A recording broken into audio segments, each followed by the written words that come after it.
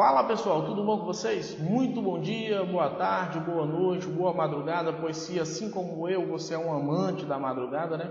Eu sou o professor Marcos Paulo Araújo, esse é o meu canal e eu quero trazer aqui neste canal de agora em diante questões de concurso público, videoaulas gratuitas para vocês, tá certo? Contribuir aí com vocês para que possam alcançar o seu cargo público o quanto antes. Se inscreva no meu canal, deixe o seu like se você gostou, ou se você não gostou, deixe seu comentário também para que eu possa melhorar cada vez mais, né, esse canal e passar um conteúdo cada vez mais de qualidade, né, que faça com que você consiga a sua aprovação o quanto antes, tá certo? A sistemática dessa nossa aula aqui, através de questões, resolução de questões, né, e nós vamos resolvendo as questões e ao mesmo tempo eu farei alguns comentários.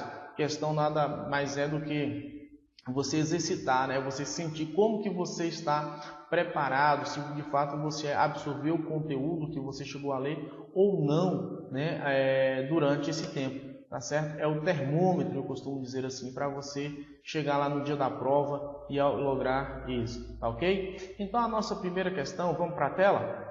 A nossa primeira questão de hoje é do SESP, Ministério do Planejamento, Orçamento e Gestão, 2012, que diz o seguinte: o princípio da separação dos poderes adotado no Brasil ele pode ser caracterizado como rígido, uma vez que todos os poderes da República exercem apenas funções típicas. Exercem apenas funções típicas, tido caracterizado como sendo rígido.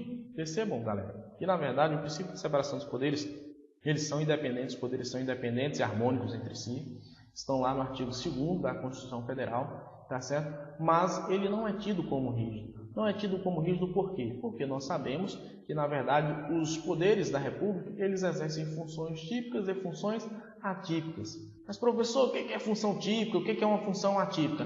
A função típica é aquela função que é inerente ao próprio poder. A função normativa é inerente a qual poder? Ao poder legislativo. Então, portanto, o Congresso, as câmaras de vereadores, né, as assembleias legislativas têm esse papel de fazer a legislação, tá certo? A função típica ou a função normativa. E a função atípica é aquela função que é exercida de forma secundária. A função administrativa, por exemplo, exercida, né, pelo poder legislativo, qual seja a função de julgamento, que tem previsão na Constituição, a função administrativa, quando ela realiza uma licitação para fins de contratação, tá certo? Então, isso é matéria tranquila. Função típica é aquela que é diretamente relacionada ao poder. Eu diria o seguinte, que é a função principal do poder, né? E a função atípica é aquela função que é secundária, né? Que ela exerce de forma secundária.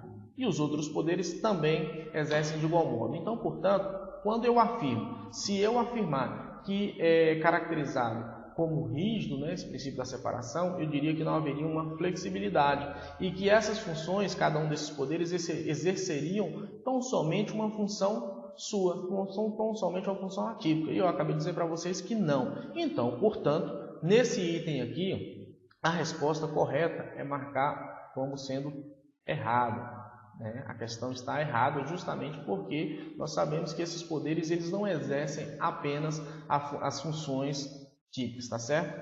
Então vamos para a segunda questão. CESP-MPU 2013 diz o seguinte: a Constituição Federal instituiu mecanismos de freios e contrapesos, de modo a concretizar-se a harmonia entre os poderes legislativo, executivo e judiciário, como, por exemplo, a possibilidade de que o poder judiciário, né, declare a inconstitucionalidade das leis.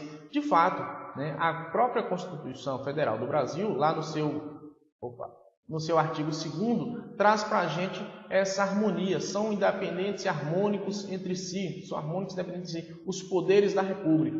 Então, portanto, há uma harmonia? Há. E o mecanismo de freio e contrapeso? Sim, também existe, com o propósito de quê? De fazer com que um poder não sobressaia, né, sobre o outro, para que haja uma paridade, para que haja uma igualdade entre esses poderes, né? Não há uma hierarquia, o poder executivo não manda no legislativo, o legislativo não manda no judiciário, o judiciário não manda no executivo e vice-versa, tá certo? Então tem que haver um respeito, pois são poderes da República, independentes e harmônicos entre si. E de fato, é possível, professor, né, o Poder Judiciário declarar a inconstitucionalidade dessas leis? Sim, é possível sim, como de fato acontece na prática, né? Volta e meia nós acabamos que vendo aí declarações de inconstitucionalidade de determinadas normas, né? O Supremo é o responsável por fazer isso. O Supremo, estamos aí inseridos no poder judiciário, né? E vai declarar uma norma que foi elaborada pelo Poder Legislativo. Então, neste caso aqui, de fato, o sistema de freios e contrapesos tem como papel, né, justamente de possibilitar que haja essa declaração de inconstitucionalidade, né, a ser declarada. A resposta aqui, na verdade, é a resposta certa, né? Marca um X no certo, porque essa sistemática permite que os poderes não tenham um sobre o outro, digamos assim, essa preponderância, não haja essa hierarquia. E é verdade que o sistema de freios e contrapesos busca justamente isso, estabelecer esta harmonia entre esses poderes, tá certo? Então, portanto, questão gabarito certo. Vamos lá então para a nossa próxima questão de hoje, a questão de número 3, tá certo? Na tela, caiu na Polícia Civil da Bahia, 2013, a seguinte pergunta: a eleição periódica dos detentores do poder político e a responsabilidade política do chefe do Poder Executivo são características do princípio republicano. São características do princípio republicano. De fato, nós vivemos numa república. O que acontece no Brasil de 4 em 4 anos? Eleições, presidente, senadores, deputados federais, né?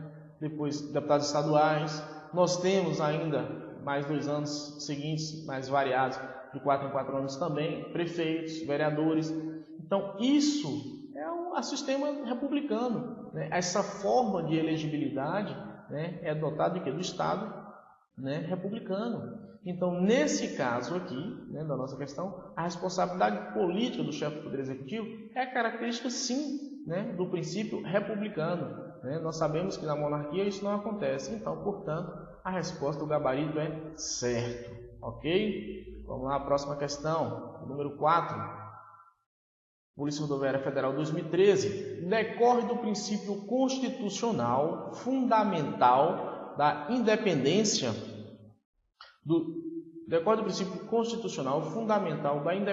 e harmonia entre os poderes a impossibilidade de que um poder exerça a função típica de outro. Impossibilidade, é bom marcar isso aqui, ó. A impossibilidade de que um poder exerça a função típica de outro, não podendo, por exemplo, o Poder Judiciário exercer a função administrativa. Ora, gente, afinal, pode ou não pode o Poder Judiciário exercer a função administrativa? Claro que pode. A função administrativa, na verdade, ela não é a função típica do Poder Judiciário. Como eu acabei de dizer anteriormente, a função típica do Poder Judiciário é o quê? Julgar casos concretos, julgar casos que forem submetidos à sua apreciação. A figura do Poder Judiciário, na verdade, exerce a função típica jurisdicional, é quem vai dizer o direito, a função de julgamento.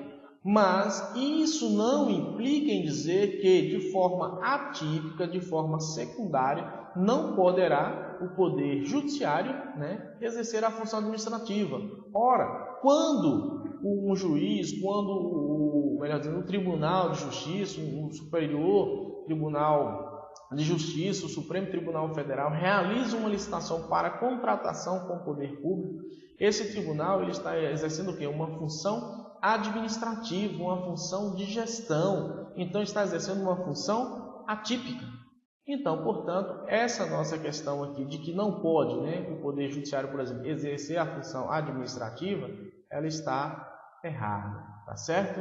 Marca um erro aí na questão de número 4. E vamos para a nossa questão de número 5. CESP também, né?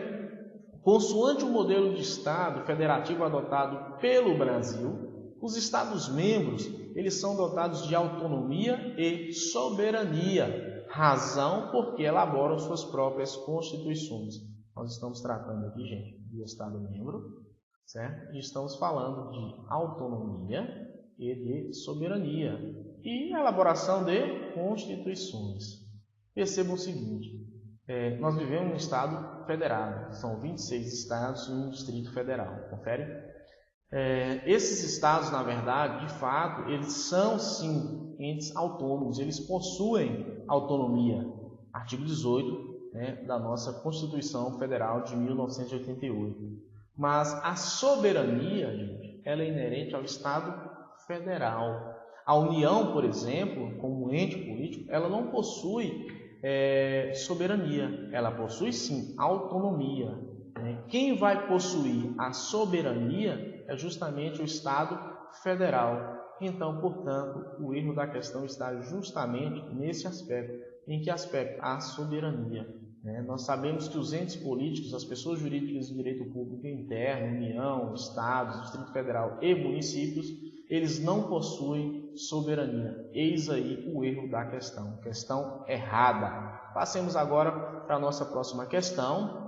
Questão de número 6 da ESAF, que diz o seguinte: assinale a opção incorreta. Prestem atenção que está pedindo a questão errada. A questão 6 diz o seguinte, a linha A. O sistema de freios e contrapesos não importa em subordinação de um poder ao outro, mas diz respeito a mecanismos de limitação de um poder pelo outro, previstos constitucionalmente, de modo a assegurar a harmonia e o equilíbrio entre eles. Galera, de fato, o mecanismo de freios e contrapesos tem o condão, tem a importância, tem o papel, na verdade, de fazer o quê? De limitar esses poderes, de controlar, um poder controlando o outro, como eu disse, para que um poder não sobressaia sobre o outro, para que não haja hierarquia. Esse mecanismo de freios e contrapesos é justamente para isso, para que não haja hierarquia entre os poderes, para que um não mande no outro, tá certo? Então, a linha A está correta. Vamos para a linha B, então. Exemplo de mecanismos de freios e contrapesos. O poder de veto conferido ao chefe do Poder Executivo em relação a projetos de leis aprovados pelo Congresso Nacional. Nós sabemos, quem estuda o direito já sabe que o poder de veto, que o chefe do Poder Executivo, de fato, ele tem sim esse poder de vetar os projetos de leis, alguns artigos que destoam, digamos assim, ou que haja uma interpretação quanto à inconstitucionalidade. O Poder Executivo, ele pode fazer, na verdade, através do seu poder de veto, conferido ao seu chefe do Poder Executivo, também exercer esse mecanismo de freios e contrapesos. Então, a linha B está correta. A linha C diz o seguinte: o veto imposto pelo chefe do Poder Executivo pode ser derrubado por meio de voto da maioria absoluta dos membros do Congresso Nacional em sessão conjunta. Perfeitamente, sessão conjunta, Congresso Nacional pode sim derrubar esse veto aqui, através de quê? Da maioria absoluta. Resposta, a linha C está correta. A linha D, compete ao presidente da República, dentro do sistema de freios e contrapesos, previstos constitucionalmente, escolher e nomear os ministros do Supremo Tribunal Federal. Escolher e nomear os ministros do Supremo Tribunal Federal. Depois de aprovada a escolha pelo voto da maioria absoluta do Congresso Nacional em sessão conjunta. Gente, Congresso Nacional. O Congresso Nacional, na verdade, não tem essa atribuição, Não tem essa atribuição de escolher e nomear os ministros, na verdade, ou de aprovar esse ministro. Quem vai fazer isso daqui, na verdade, essa escolha, é o Senado Federal, conforme disposto no artigo 101 da Constituição da República Federativa de 1988. Nesse caso, então, aqui a linha D ela está errada. Vocês, na prova de vocês, marcariam como item ou a opção incorreta a linha D. Mas vamos ver a linha C, o que diz também. São funções típicas do Poder Legislativo legislar. Bacana, nós sabemos, função típica do Poder Legislativo legislar e fiscalizar. Nós sabemos também, gente, que A atividade de fiscalização é uma atribuição externa, né? É uma atividade externa do Poder Legislativo, né? Tanto o Congresso quanto as Assembleias Legislativas, a Assembleia do Distrito Federal também, né? A Câmara, né? Legislativa do Distrito Federal, porque lá não tem esta Assembleia, né? No Distrito, mas tem o papel fiscalizador. A Câmara de Vereadores também tem esse papel de fiscalizar, né, os atos do próprio Poder Executivo, tá certo? Então, o item errado é a linha D, para que vocês possam marcar aí no gabarito de vocês. Agora, item número 7, né, diz o seguinte: no tocante ao conceito e ao objeto do direito administrativo, julgue o item. O direito administrativo, como ramo autônomo, tem como finalidade disciplinar as relações entre as diversas pessoas e órgãos do Estado, bem como entre este, o Estado, e os administrados. Percebam que, de fato, o direito administrativo ele é autônomo e ele tem o propósito justamente de estabelecer limites nas relações entre Estado e servidores, a estabelecer a limitação entre Estado e administrados. Então, nesse caso específico aqui da nossa questão, né, ele está correta, porque realmente, como ramo autônomo, o poder legislativo, o direito administrativo, ele visa justamente estabelecer limites, colocar freios, colocar regramentos nessas relações, tá certo? Então, no item 7, questão de número 7, você deve marcar como certo a resposta, ok? No próximo item, vamos então para a questão de número 8, que diz o seguinte: no tocante ao conceito e ao objeto do direito administrativo, julgue o próximo item. A Constituição Federal, as leis complementares e ordinárias, os tratados internacionais e os regulamentos são exemplos de fontes do direito administrativo. Está certa a resposta, gente. A principal fonte do direito administrativo é a legislação. Nós temos costumes, nós temos a jurisprudência, então, que também são fontes do direito administrativo, tá certo? Mas, nesse caso aqui, a fonte do direito administrativo, a principal delas, é justamente o que? É justamente a lei, né? Trabalhamos sempre com o princípio da legalidade, ok? Questão de número 9, vamos lá, da ESAF. A primordial fonte do direito administrativo no Brasil é a lei, a doutrina, a jurisprudência e os costumes. Então, qual é a principal fonte do direito administrativo, gente? A lei. Percebam que aqui tem o vade-mecum, né? Mas em momento algum, o vade-mecum é um compêndio, né? Na realidade, de normas. Então, você exclui logo aqui o vade-mecum e resta para a gente mais 4 opções. Mas a primordial, ele não quer saber quais são as fontes do direito administrativo, ele quer saber qual a principal fonte do direito administrativo. Será sempre a lei. Então, portanto, a resposta é a letra A. Princípio da legalidade genérica que nós chamamos, inciso 2º, artigo 5º da Constituição Federal. Ninguém será obrigado a fazer ou deixar de fazer algo, senão em virtude de lei, tá certo? Então, nesse caso específico aqui, a lei é a fonte primordial do direito administrativo. Vamos agora para a nossa 10ª questão, né? ESAF também, que diz o seguinte: a fonte formal e primordial do direito administrativo é a motivação que a fundamenta, é o povo, é o parlamento, é o diário oficial, é a lei. Uma questão bastante tranquila, né? Sobre essa fonte formal do direito administrativo, ainda mais que nós já vimos a questão anterior, muito parecida, mas que cai em questão. E caiu uma questão dessa, você é obrigado a matar a questão, você é obrigado a acertar essa questão, tá certo? Então, nesse caso aqui, a fonte primordial do direito administrativo é a linha a lei, certo? Princípio da legalidade. A principal fonte do direito administrativo é a lei, tá certo? Gente, eu fico por aqui nessa nossa primeira aula. Estarei postando mais aulas aqui sobre resolução de questões, tá certo? Tá certo? Não esquece não, se inscreve aí no meu canal, coloque lá o sininho. Volta e meia que eu estiver publicando conteúdo novo, você será notificado. Então basta só você dar o like. Ajuda esse professor a levar adiante, né, esse canal aqui, tá certo? Tá atraindo mais inscritos aí, eu acho que hoje eu tenho 15 ou 17 no momento da gravação dessa aula. E eu espero estar contribuindo, ajudando vocês aí na sua preparação, tá ok? Fiquem com Deus, um beijo grande, força, foco e fé, pessoal. A aprovação é tão somente uma questão de tempo. Valeu? Aquele abraço!